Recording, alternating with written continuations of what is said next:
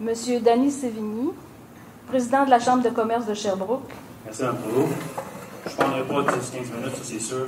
Alors, écoutez, même je suis un peu surpris quand M. Paladis m'appelle pour venir vous parler ici ce soir.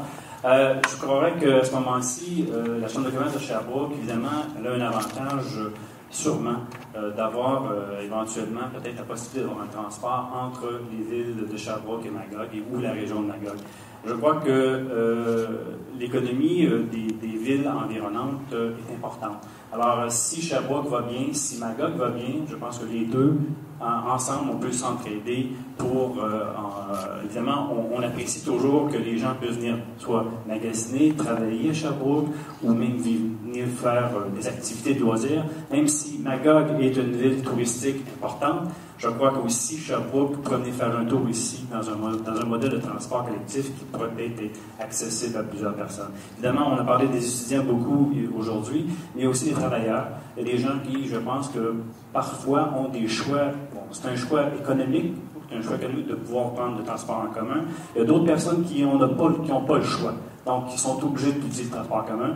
Il y a des personnes aussi qui aimeraient probablement aussi avoir un mode de vie, parce que c'est un mode de vie, le transport en commun. Évidemment, on trouve plus ça à Montréal, où des gens n'ont aucune voiture et puis ils se promènent en transport en commun parce qu'il y a beaucoup de facilité. Alors, plus on aura de facilité dans la région, plus il y aura de gens qui vont adopter ce mode de transport-là, ou du moins, au lieu d'avoir 2 ou 3 voitures chez eux, n'auront peut-être seulement qu'une. Alors, il y a peut-être une diminution à ce niveau-là quand on veut faire notre part, les gens, évidemment, au niveau du CO2 qui est redistribué dans l'air. Alors, écoutez, c'est sûr que aussi, on parle des étudiants tantôt qui travaillent aussi, parce qu'il y en a qui ont des emplois, probablement à Sherbrooke, et puis les employés, s'ils n'ont pas de moyens de transport, pour l'employeur, c'est un problème. Et on sait aussi que, quand même, les emplois ou les employeurs auront, dans le futur, un peu plus de difficulté à avoir des travailleurs.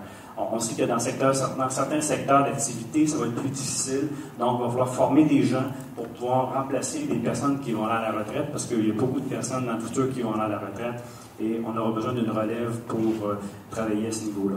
Alors, c'est un peu pour ça, je crois, et j'imagine ici, comme on parlait vraiment du cégep, de l'université, mais ici, il y a quand même une école de caoutchouc qui enseigne. Donc, il y a peut-être des étudiants de Sherbrooke qui voyagent entre les deux, qui ont une facilité de venir suivre ces cours-là ici. Évidemment, je pense que évidemment, Magog et Sherbrooke sont interreliés.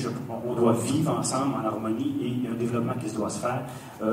J'ai inclus dans la montagne. Je pense qu'il ne faut pas l'oublier, la montagne. C'est un joyau incroyable que la région de Magog a, le lac aussi. Alors, ce sont des enjeux importants. Il faudrait inclure tout, je crois, là-dedans, parce que pas juste, évidemment, les étudiants et les travailleurs, il y a aussi l'industrie touristique, parce que l'industrie touristique est un moteur économique important. C'est probablement le 3e moteur économique le plus important qui a des emplois, mais ici, je pense que vous avez des joyaux, comme je le disais, importants. Alors, c'est quelque chose qu'il ne faut pas oublier. Et je souhaite ardemment que Sherbrooke, du moins la région, dans le coin des Saint-Luc, on ait notre aéroport régional qui fonctionne à plein, qu'on aura des transports qui arriveront, vraiment des gens qui pourront atterrir, qui arriveront de Toronto, qui arriveront d'un peu de l'Europe via de Toronto ou Montréal, et qui pourront atterrir directement à Sherbrooke pour pouvoir avoir éventuellement plus de clients potentiels qui viennent visiter Sherbrooke et visiter Magog aussi, parce que si les deux peuvent bien vivre, je pense que c'est important. Et évidemment, je vous disais tantôt, j'étais un peu surpris quand Nicolas m'a appelé, puis là, je me suis dit, qu'est-ce que je vais aller faire là? Bon, il y a au moins une chose que je me suis dit, bon, okay, je vais vérifier ce que moi je connais.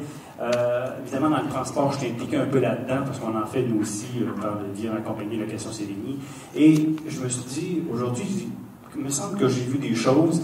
Et ici même, à Magog, je vous demande de le regarder parce qu'il y a le promenade de l'Estrie qui est ici, qui est implanté à Sherbrooke, qui fait déjà des segments entre Magog et Sherbrooke de 5h30 le matin à 11h le soir et qui n'a aucun passager dedans. Alors, je pense qu'il faudra regarder la possibilité possibilité de créer un lien avec ces gens-là. Si on parle de mobilité durable, je pense que c'en est un. Ils font déjà le voyage et évidemment, il n'y a personne dedans. Alors, peut-être que ce ne sont peut-être pas les meilleures heures pour tout le monde, mais il faut le regarder. C'est une possibilité, un commencement. Ces gens-là ont un contrat, je pense, avec Estes pour les 7 prochaines années. Alors, il y a définitivement un modèle d'affaires qui pourrait peut-être être regardé avec ces gens-là pour améliorer le transport entre Sherbrooke et Magog. Alors, c'est sur ça que je vais vous laisser. Merci beaucoup. Bonne fin de soirée.